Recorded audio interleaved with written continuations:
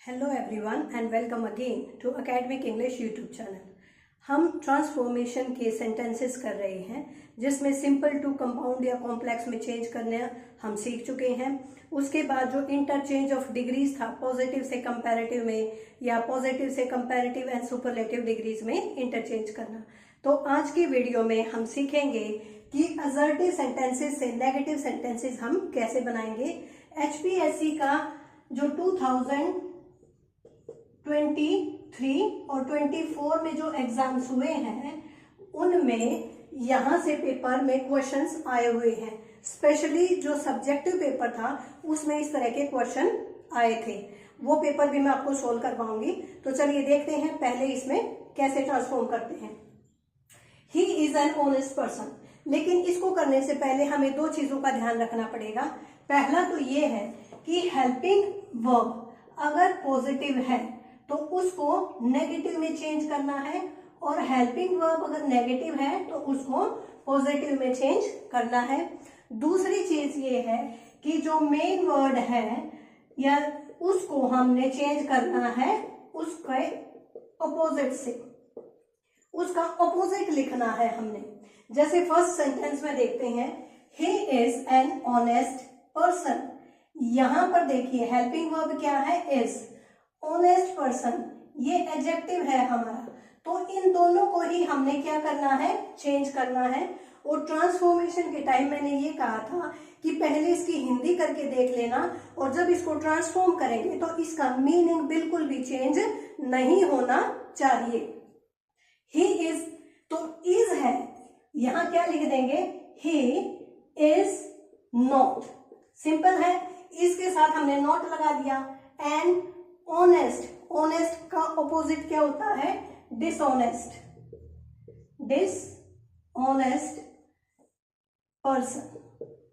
अब इसकी हिंदी करके देखिए, यहां पर था कि वो एक ईमानदार आदमी है, यहां इसकी हिंदी कीजिए, ही इज नॉट डिसऑनेस्ट पर्सन, वह एक बेईमान व्यक्ति नहीं है। बात तो यही है ना कि बेईमान नहीं है, इसका मतलब क्या है, ईमानदार है, और यही तो हम कहना चाहते हैं। तो इसको किस में चेंज कर दिया हमने, नेगेटिव सेंटेंस में, लेकिन मीनिंग चेंज नहीं हुआ है। नेक्स्ट देखिए, दिस शर्ट इज शॉर्ट। सबसे पहले हेल्पिंग वर्ब को सर्कल करेंगे, उसके बाद जो इसका कॉम्प्लीमेंट है या एडजेक्टिव जो भी दे रखा है उसको अंडरलाइन करेंगे। तो यहां लिखेंगे दिस शर्ट इज आ जाएगा, इज नॉट में। आप भी कोशिश कीजिए मेरे साथ करने की। नेक्स्ट, शॉर्ट का अपोजिट क्या हो जाएगा, लॉन्ग। हिंदी कीजिए, दिस शर्ट इज शॉर्ट, ये शर्ट छोटी है, हमने ट्रांसफॉर्म कर दिया, this shirt is not long, ये शर्ट लंबी नहीं है। लंबी नहीं है तो उसका मतलब क्या है, छोटी ही हुई ना। नेक्स्ट देखिए, शी इज समटाइम्स केयरलेस, क्या बनेगा, शी इज नॉट। समटाइम का ऑपोजिट क्या होता है, नॉट ऑलवेज। समटाइम होता है कभी कभी, ऑलवेज होता है हमेशा। She is not always, careless का ऑपोजिट हो गया केयरफुल। वह कभी कभी, शी इज समटाइम्स केयरलेस, वो कभी कभी केयरलेस हो जाती है। तो she is not always careful, वो हमेशा केयरफुल नहीं रहती है। नेक्स्ट देखिए, ही रिजेक्टेड माई एप्लीकेशन। यहां पर देखिए is was were helping verb कुछ नहीं है, तो हम कैसे बनाएंगे, वर्ब के नीचे करिए, कौन सी है, वर्ब की सेकंड फॉर्म है। कैसे चेंज करेंगे, ही डिड नॉट। रिजेक्टेड का अपोजिट क्या हो जाएगा, एक्सेप्ट माई एप्लीकेशन। जब हमने पास्ट इंडेफिनिट टेंस किए थे तो वहां पर क्या किया था, जो नेगेटिव सेंटेंसेस थे वहां उनको किया था हमने डिड नॉट से।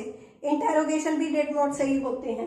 तो डिड नॉट जब आ जाता है, ये अपने आप में वर्ब की सेकंड फॉर्म है, उसके बाद जो वर्ब आएगी वो कैसी आएगी, वर्ब की फर्स्ट फॉर्म आएगी। नेक्स्ट, दे हैव करेज, उनमें साहस है, तो कैसे बनाएंगे, दे आर नॉट विदाउट करेज। अब मैंने यहां पर आर क्यों लगाया, यहां पर हैव था तो मैं वाज या वर्ब भी लगा सकती थी। हैज और हैव हमने प्रेजेंट परफेक्ट टेंस में पढ़े हैं, और यहाँ पर हैव का मतलब होता है पोजेस होना, किसी चीज के पास उसका होना। जैसे they have, she has few toys, उसके पास कुछ खिलौने हैं। तो ये है वो वाला है, पोजेसिव वाला। तो इसकी जगह क्या आ जाएगा, प्लूरल है तो आर आ जाएगा। Next, everybody knows mister Gandhi, सभी मिस्टर गांधी को जानते हैं। तो एवरीबडी का क्या आ जाएगा, there is nobody but knows Gandhi ji, कोई ऐसा नहीं है जो गांधी जी को ना जानता हो। Next, only the brave deserves the fair, only का अपोजिट क्या हो जाएगा, none, none but the brave, none but the brave deserves the fair.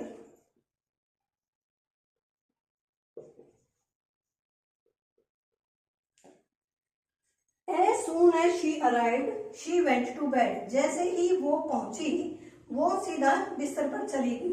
तो as soon as का हो जाएगा no sooner। अब वर्ब की फॉर्म कौन सी आएगी, देखिए सेकंड है तो did आ जाएगी।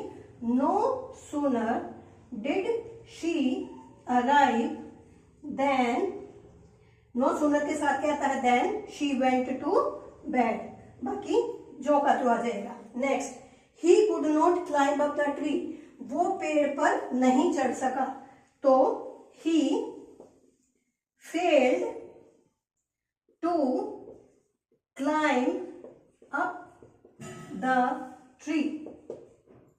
Next, I met Malini 5 years ago, मैं मालिनी से 5 साल पहले मिली थी।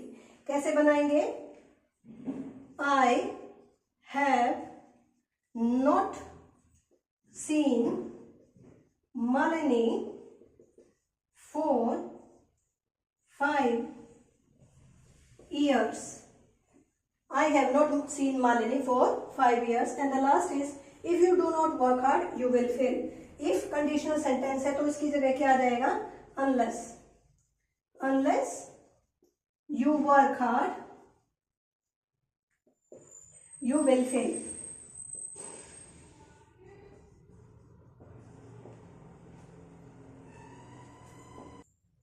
चलिए नेक्स्ट देखते हैं एसर्टिव सेंटेंसेस को इंटेरोगेटिव सेंटेंसेस में कैसे चेंज करेंगे।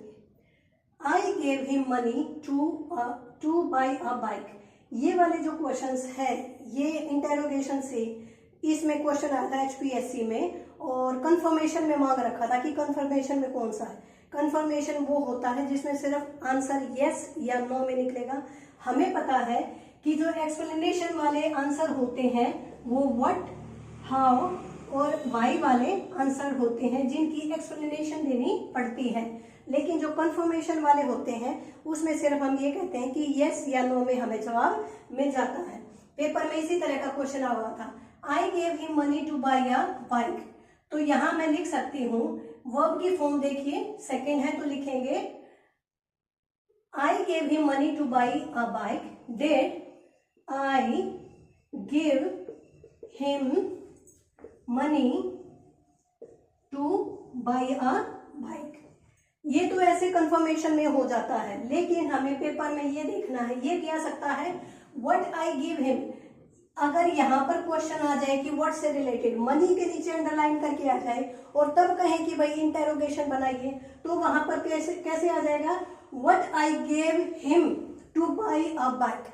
मैंने उसे क्या दिया बाइक खरीदने के लिए, तो उसका आंसर क्या होगा, मनी। लेकिन अगर मान लो बाई अ बाइक के नीचे अंडरलाइन करके आपको ये आ जाता है कि इसका क्वेश्चन बनाइए, तो कैसे बनाओगे, और यहाँ मनी के नीचे नहीं आता, तो क्या क्वेश्चन होगा, I gave him money, why I gave him money, मैंने उसे पैसे क्यों दिए। तो आंसर क्या है उसका, टू बाई अ बाइक। तो इस तरह से क्वेश्चन जो है कई तरह से बन सकते हैं। मैंने सिर्फ ये जो है कंफर्मेशन का बनाया है, क्या मैंने उसे पैसे दिए थे, हाँ दिए थे या नहीं दिए थे, ठीक है, कंफर्मेशन में। तो एक क्वेश्चन कई तरह से बन सकता है। Next, he was kind enough to help me, तो डिड ही was है तो was से ही बनाएंगे, was he not kind to help me और पीछे sign of interrogation. Next, everybody likes to be praised, यहां इसको अंडरलाइन कर रखा है तो इसकी जगह क्या लिखेंगे, हु। लाइक्स वर्ब की फॉर्म को जरूर देखिएगा, who does not like to be praised और पीछे क्वेश्चन मार्क लगाना ना भूलें। Next, it is foolish to waste on money on luxuries, तो क्या बनाएंगे, why waste on luxuries. Next देखिए, their glory can never fade, अगर मैं देयर ग्लोरी को अंडरलाइन करती हूं तो क्या बनेगा, व्हाट कैन नेवर फेड, क्या फेड कभी नहीं हो सकता उनकी ग्लोरी। और अगर मैं इसको अंडरलाइन कर दूं नेवर को तो क्या आ जाएगा, there glory can never be fed, तो क्या आ जाएगा, व्हेन, तो क्वेश्चन किससे बनेगा, व्हेन, व्हेन से कैसे बनेगा, when their glory can fade, उनकी ग्लोरी कब फेड होगी, उसका आंसर होगा नेवर, कभी भी नहीं, टाइम से रिलेटेड होगा। नेक्स्ट देखिए, कंडीशनल सेंटेंस है, if you stab him he will die, तो कैसे बनेगा, इफ यू स्टैब हिम, और ही विल डाई को हेल्पिंग वर्ब है, इसको आगे कर दीजिए, विल ही डाई और पीछे साइन ऑफ इंटेरोगेशन। नेक्स्ट देखिए, it is no use blaming him, इसकी जगह आ जाएगा why blame him. And the last is nobody worships the setting sun, डूबते हुए सूरज को कोई भी वर्शिप नहीं करता, तो नोबडी की जगह क्या लिख देंगे, who worship the setting sun.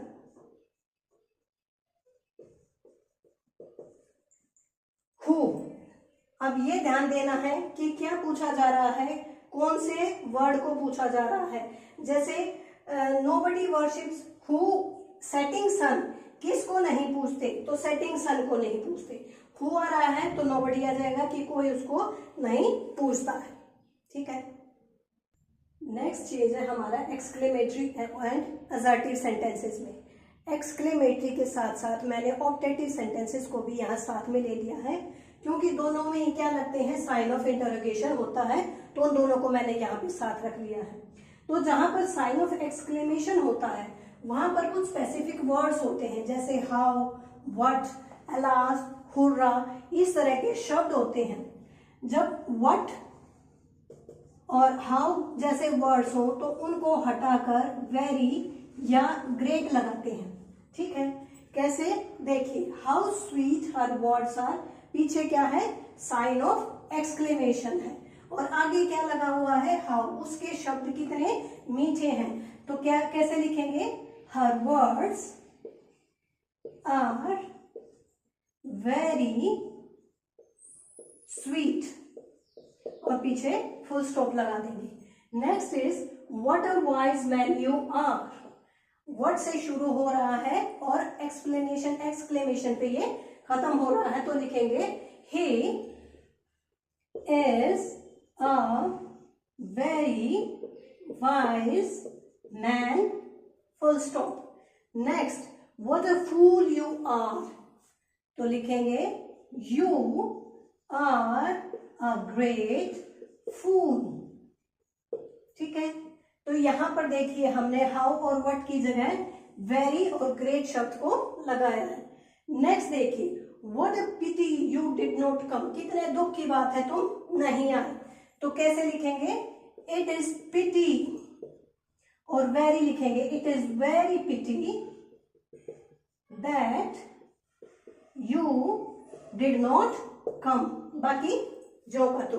Next, alas he is not more, no more, alas दुख के लिए आता है, तो क्या लिखेंगे, इट इज, इट इज से शुरू हो जाएंगे फिर ये, it is said that he is no more.